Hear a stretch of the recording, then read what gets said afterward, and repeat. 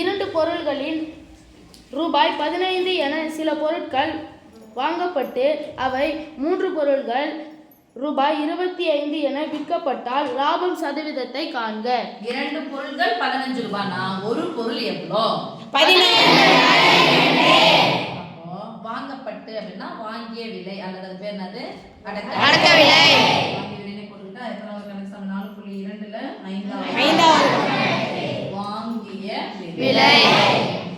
2 பொருள் 15 ரூபாய்னா ஒரு பொருள் எவ்வளோ? 15/2. விற்ற விலைன்னு சொல்லிருக்காங்க. 3 பொருள்களை எவ்வளவு ரூபாய்க்கு விற்கிறாங்க? 25 ரூபாய்.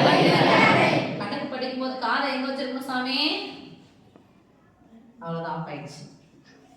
கணக்கு படிக்கும் போது காதை எங்கேயே வச்சிருக்கணும், அங்கங்க அனுப்பி விடக்கூடாது வாடகைக்கு. சரியா? 3 பொருட்கள் 25 ரூபாய்க்கு விற்கிறாங்கன்னா ஒரு பொருள் எவ்வளவு வித்திருப்பாங்க? 25/3. நான் உதாரணம் சொல்றேன். 2 பொருளை வந்து 15 ரூபாய்க்கு வாங்குறாங்க. 2 பொருள் 15 ரூபாய். 4 பொருள் எவ்வளவா இருக்கும்? 30 ரூபாய். வெரி குட் ஞாபகம். அடுத்தது 6 பொருள் எவ்வளவா இருக்கும்? 45 ரூபாய்.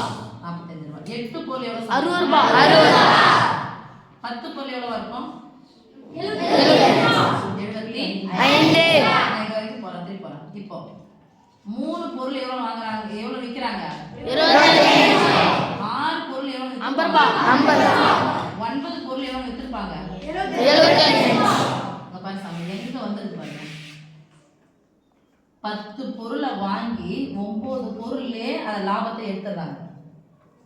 10 பொருள் 75 ரூபாய் கொடுத்து வாங்கி 9 பொருள் என்ன பண்ணிடுறாங்க? லாபம் 75 ரூபாய் எடுத்துறாங்க. மீதி எத்தனை பொருள் லாபம் உங்களுக்கு? ஒரு பொருள் லாபம். புரியுதா சாமி? இந்த இதுதான். அப்ப லாபமா நஷ்டமா? லாபம். என்ன சதவீதம் நம்ம போட போறோம்? லாப சதவீதம். லாப சதவீதம். லாப சதவீதம் ஈக்குவல் டு இததான் எடுக்க போறோம். வாங்கிய விலையில் 15/2. என்ன பண்ண போறோம்? 15/2. எவ்வளோ எனக்கு லாபம் கிடைக்குதுன்னு ஃபர்ஸ்ட் பார்க்க போறோம். லாபம் எவ்வளோ? இதுல இருந்து இத என்ன பண்ண போறோம்? கழிக்க போறோம். பேசலாமா? Yes miss. சரி, இதுல இருந்து இத பேசலாம். 15/2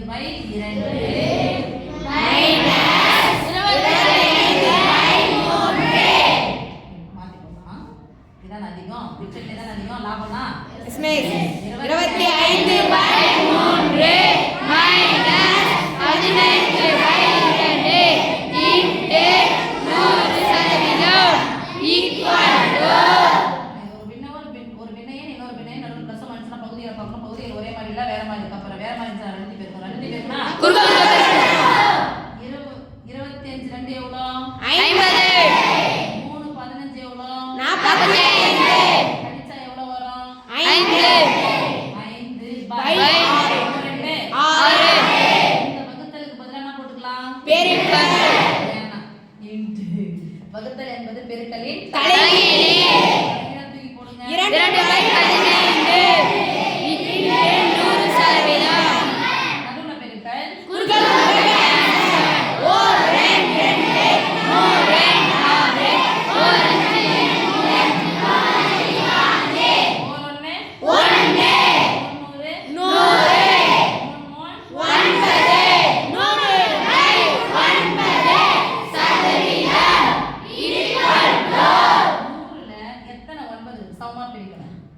11 மீதி 1. அந்த 1ஐயும் 9ஆல் வகுக்க வேண்டும். 11 + 1/9 சதவீதம்.